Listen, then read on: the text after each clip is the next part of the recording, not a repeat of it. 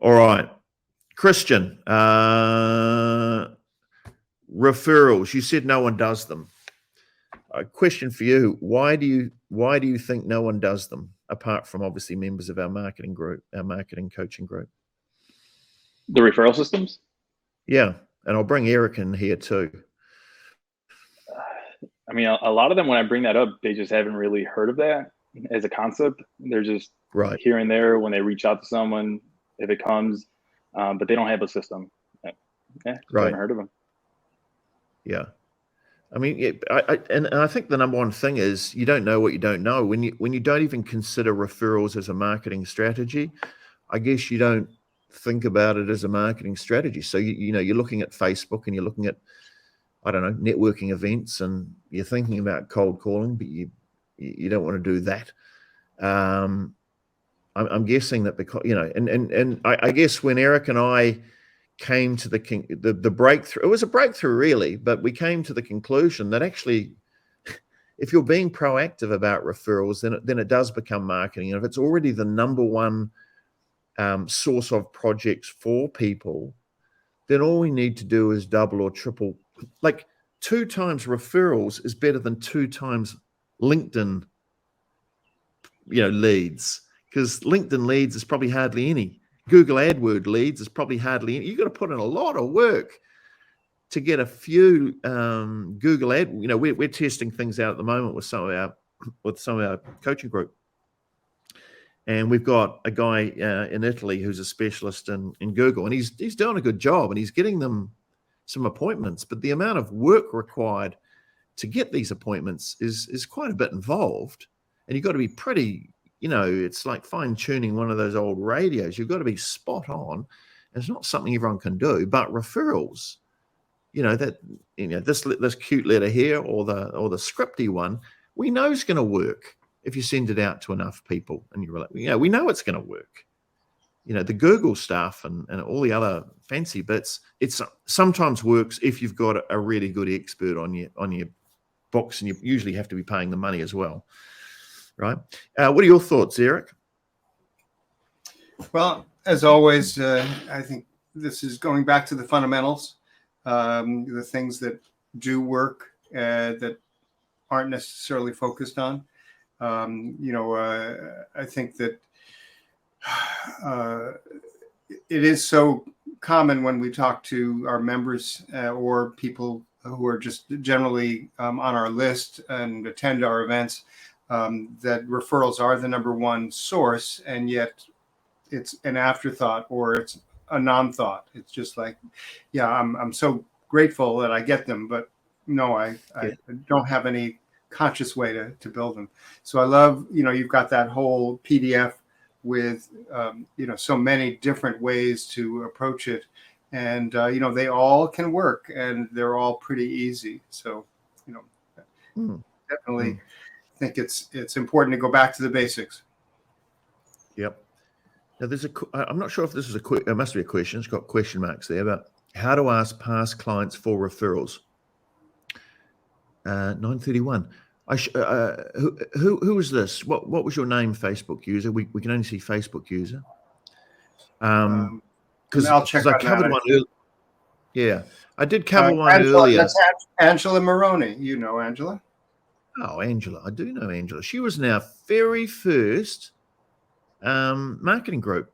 We had 10 architects back in, was it almost 10 years ago? We had 10 architects in the very first coaching group, and Angela was in that. She's Sydney. Good to hear from you, Angela. Okay, well, seeing it's you, how to ask? Well, I kind of covered it with that scripty thing from the Big Idea letter from that article, but that's how I would ask for them. If you remember, we covered, maybe you turned up late, or I'll just go back to it just in case you didn't see it. Where is it? Oh, it's gone. There it is.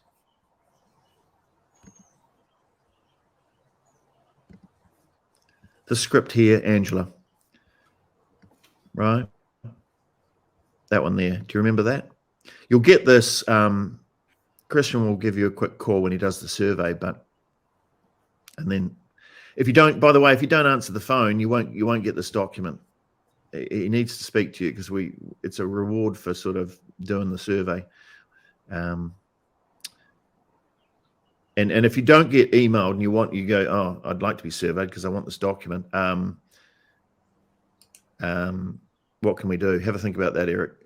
Because Eric, if you type in PDF into the chat, we'll make a special note to reach out to you, and we'll make sure that we get in touch via call email, times, things like that. Yeah, cool. Yeah, so you won't miss out. We'll chase you down. This one here, Angela.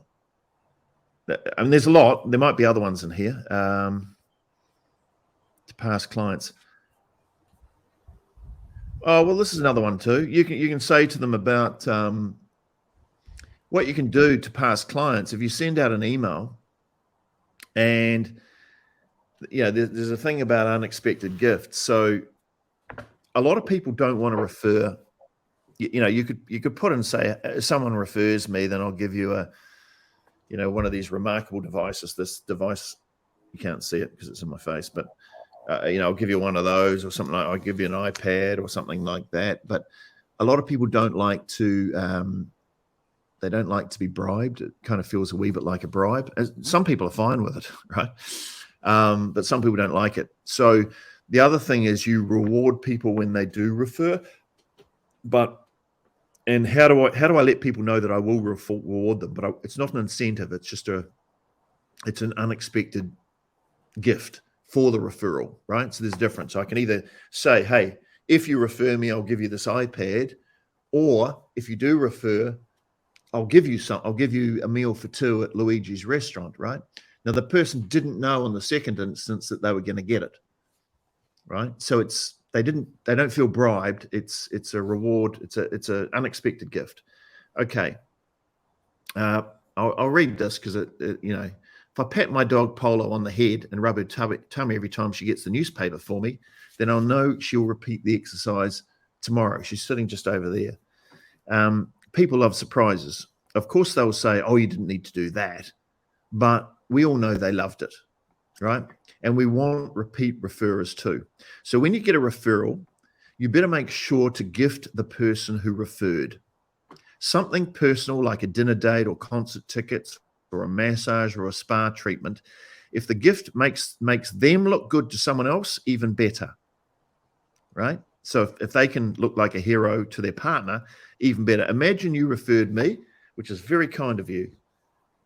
And so I sent you a voucher for a dinner at a great restaurant. You took your partner, of course, because then you get to feel like the hero without spending a penny. You feel great, partly because it was free, and largely because your partner thinks you paid because you didn't tell your partner, right? Would you be likely to refer me again? Yes, because I've just rubbed your tummy, right? I patted you on the head and rubbed your tummy and it made you feel good. I bet you would, right? A multi-referrer is good, but we can do better. Your turn now is to be the referrer. Now, let's say you bought Bob and Miranda a meal at Luigi's Trattoria, a taxi and a babysitter, right? Because they referred someone to you. Now, let's not waste your generosity with just Bob and Miranda. We want to extract more value out of this than just Bob and Miranda being happy. So you ask Bob and Miranda to take a photo of themselves enjoying the referral meal, right? They send you the photo, and there's the photo of Bob and Miranda down there. You slap the photo in your newsletter and on your Facebook page and show your happy referrers experiencing the fruits of their referral. And you go, oh, here's Bob and Miranda enjoying drinks at Luigi's, a special gift we gave them after they referred Jesse and Mike to us, right? Now, you want, by making your unexpected referral reward the worst kept secret in town, no one needs to feel bribed, but everyone gets to know that they will receive a little something they did not ask for, right? So the fact that you give out gifts when people refer needs to be the worst kept secret in town, right? You're not saying, hey, if you send me a referral, I'll send you to Luigi's.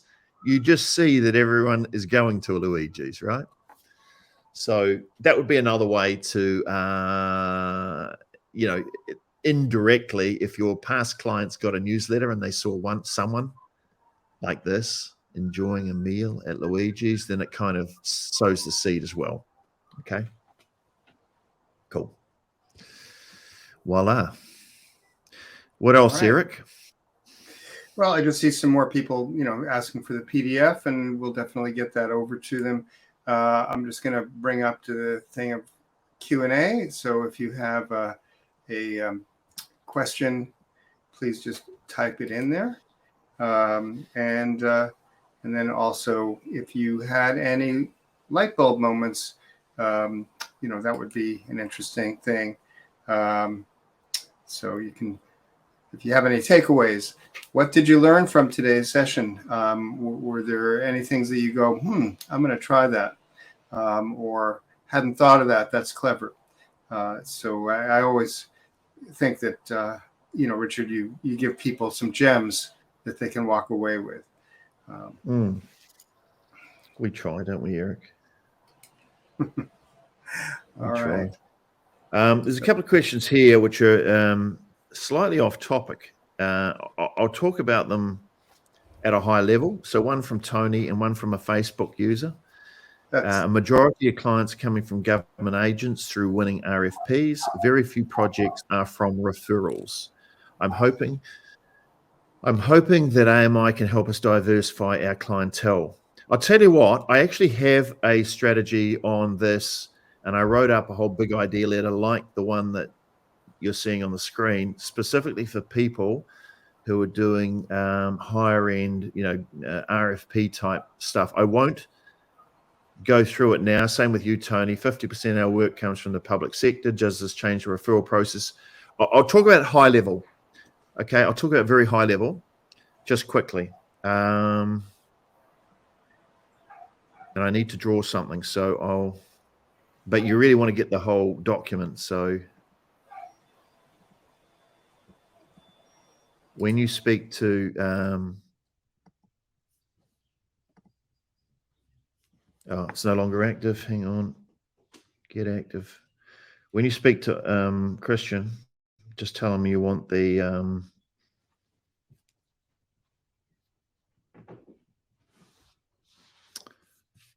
hang on, I just have to, there we go, accept it. Bingo. Great. Okay. Right. So here's how it works. You've got RFP.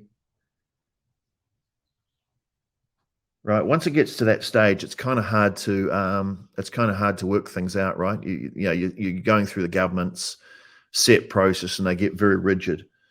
There's no discussions and all that sort of stuff, and it's quite difficult. But before you get to that, before they get to RFP, there is a whole lot of work that has to be done. I guess analysis, needs analysis, functional requirements, functional everything. Maybe sort of ballpark costs, maybe just estimations at a very high level. There's all this type of stuff that needs to go on, right?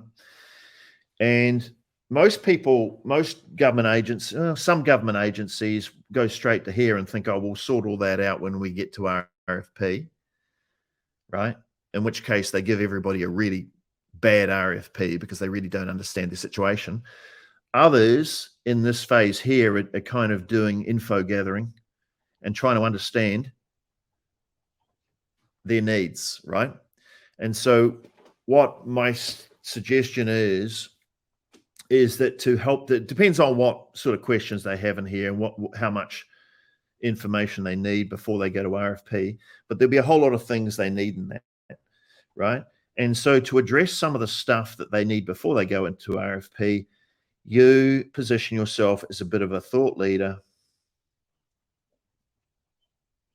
on those topics. So let's say there's 6 different things they're interested in knowing. Let's say there's 4. They need to know certain bits of information. 1, 2, 3, 4. So by becoming a thought leader on you have to do some analysis and find out what information they do in your market, but that's asking questions and doing a bit of research. You know, what information do you need before you go to RFP and all that. Thought leader, you write, you produce content. You produce content which to these people should be highly valuable, because it's the type of stuff they're looking for in here, right? And then from here, not only have you got content, you've also got consulting exercises, shall we say, because this is generic information in here. Where consulting exercises where you help them, this is specific for them. So you can help them do certain exercises and stuff like that. You know, this is paid. That's free. This is free over here. This is paid. And you become, basically you set up a consulting arm to help people with that phase, right? Now, this is the bit that can be a referral. If people know that you write about these topics, you have these consulting exercises, then you can do referral exercises to drive people to let me just change the,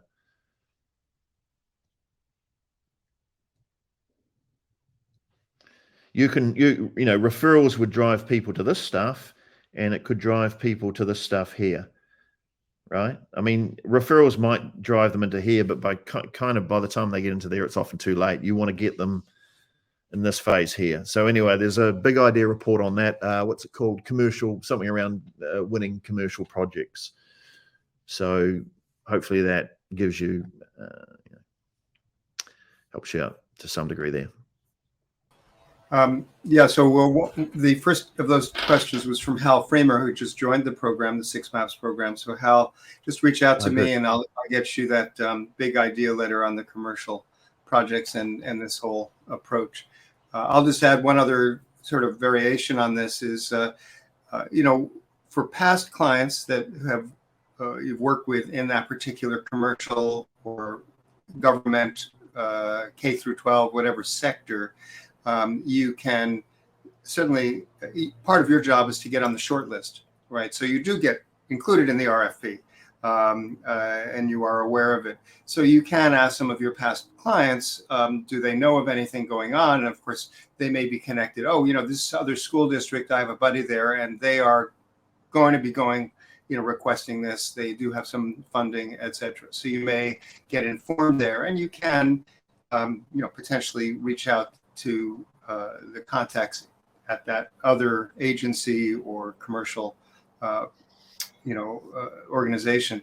Potentially, they can recommend you, which, they still have to go through RFP and they'll have some formal requirements. But if you come recommended, then that can help. You can have a leg up on everyone else. And I guess, Richard, you have some other things that we can share with Hal, at least, or anyone who's in the program that relate to asking questions about what do people need to know or see in order to know whether you're the right choice. So there's some interesting things that relate to the sales process. So once you're in the door, at least to the point of doing a short list presentation, how can you make sure that you hit it right on the money, perhaps better than others by this, rather clever approach that you have outlined. So. Yep.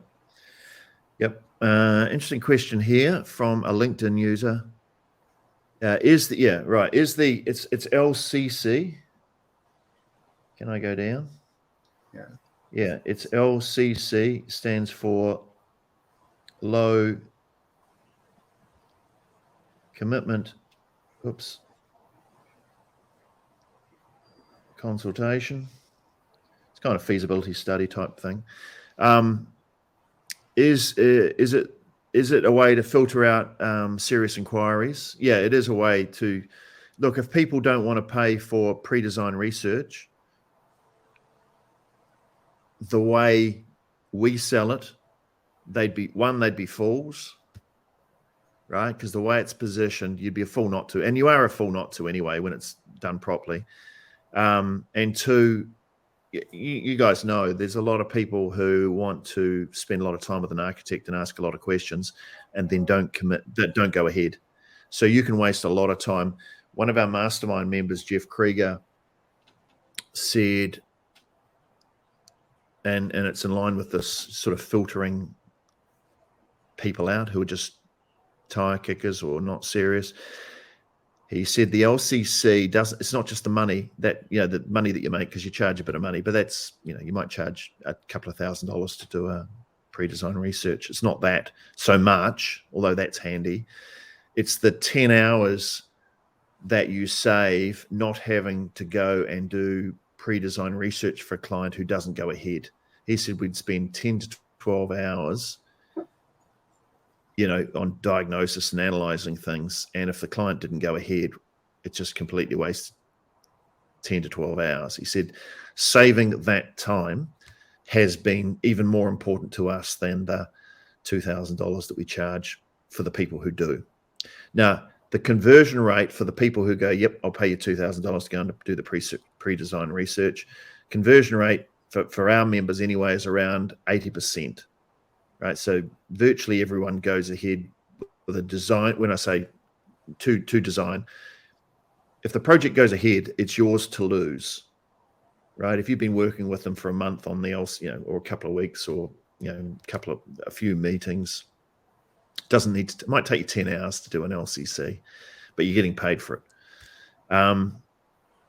You've been working with the client. They see you as their architect.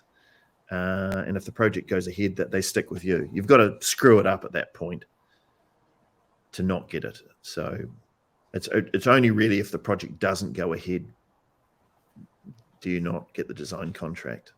I haven't even heard of someone not getting it, but I'm sure someone probably hasn't. Okay. What else about the LCC? Yeah, the LCC. Look, we're not here to talk about the LCC particularly, but one, it gets you paid. Yep, so that's one benefit. Two, it allows you to do proper research, proper diagnosis of the situation. You may not want it. It may be you may go and say, hey, this project's not a go, but you still get paid for it, or it might be a yes, right? Three, it's more professional.